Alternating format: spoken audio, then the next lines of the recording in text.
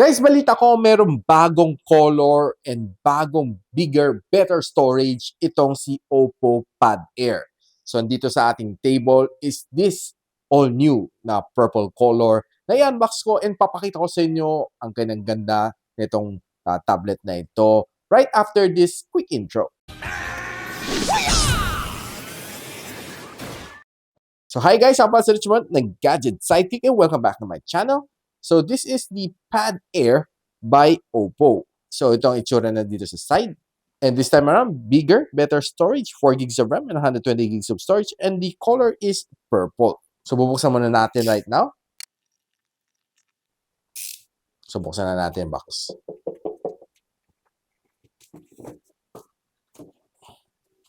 Uy, ang ganda. Wait, first time ko makita ng ganong kagandang color on a tablet. This is the color purple.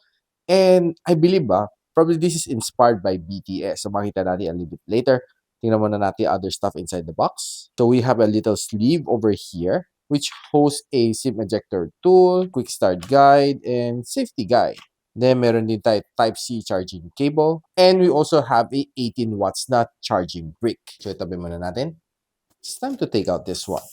Ooh, nice. Ganda ng color, oh. Tanggalin muna natin yung tape. Yun. Ito ang kanyang camera module dito sa likod. And kita natin sa likod, there's two different design. So this one is medyo may pagka-emboss na may engravings na medyo kakaibang kanyang design. Like the Pad Air na na-unbox natin previously. And this one is the matte finish na purple color. And it looks really nice. And I really like it. On this side, we have your Type-C port and the long speaker. On the other side, we have your antenna bands and of course, volume rockers. Meron pa siyang mem card expansion dito. Then on top, nandiyan ka ng power button, the long speaker, and it's being calibrated by Dolby Atmos. And on the other side, it's pretty clean. Quickly boot up lang natin. So, sundutin lang natin ditong slot na ito. Let's see. And true enough, it's a purple. Nice color, purple na micro SD card slot. So, ito naman kanyang screen when you boot up. And I can say smooth naman kanyang transition dito. Hindi naman naiipit ang kanyang swiping left and right. Okay naman siya when you're browsing the news. It's also okay as long as nakapag-load naman na mabilis ang yung internet.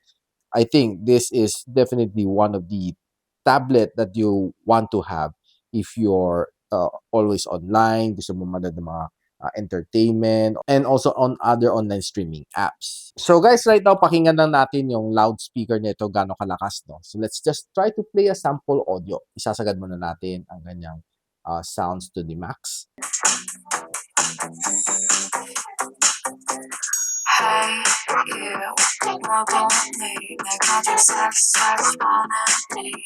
so I can say malakas ang kanyang loudspeaker dito, and definitely if you're watching together with the full barkada, you'll feel na ang lakas, ang ganda ng kanyang sounds nitong tablet na ito. Tingnan naman mga videos sa YouTube or sa Netflix or other online streaming apps, I'll say na maganda ang kanyang resolution dito. And definitely, you'll be enjoying this together with the whole barkada. Watching basketball games, anime, or just simply Korean novela, I can say sobrang enjoyable dito sa tablet na ito. Now, kung mahilig ka naman mag-browse sa social media, I think ito, si TikTok is definitely very smooth naman sa browsing. And definitely okay din siya kasi ang laki ng screen mo. And right now, pinapakita ko na siya ng pahiga, no?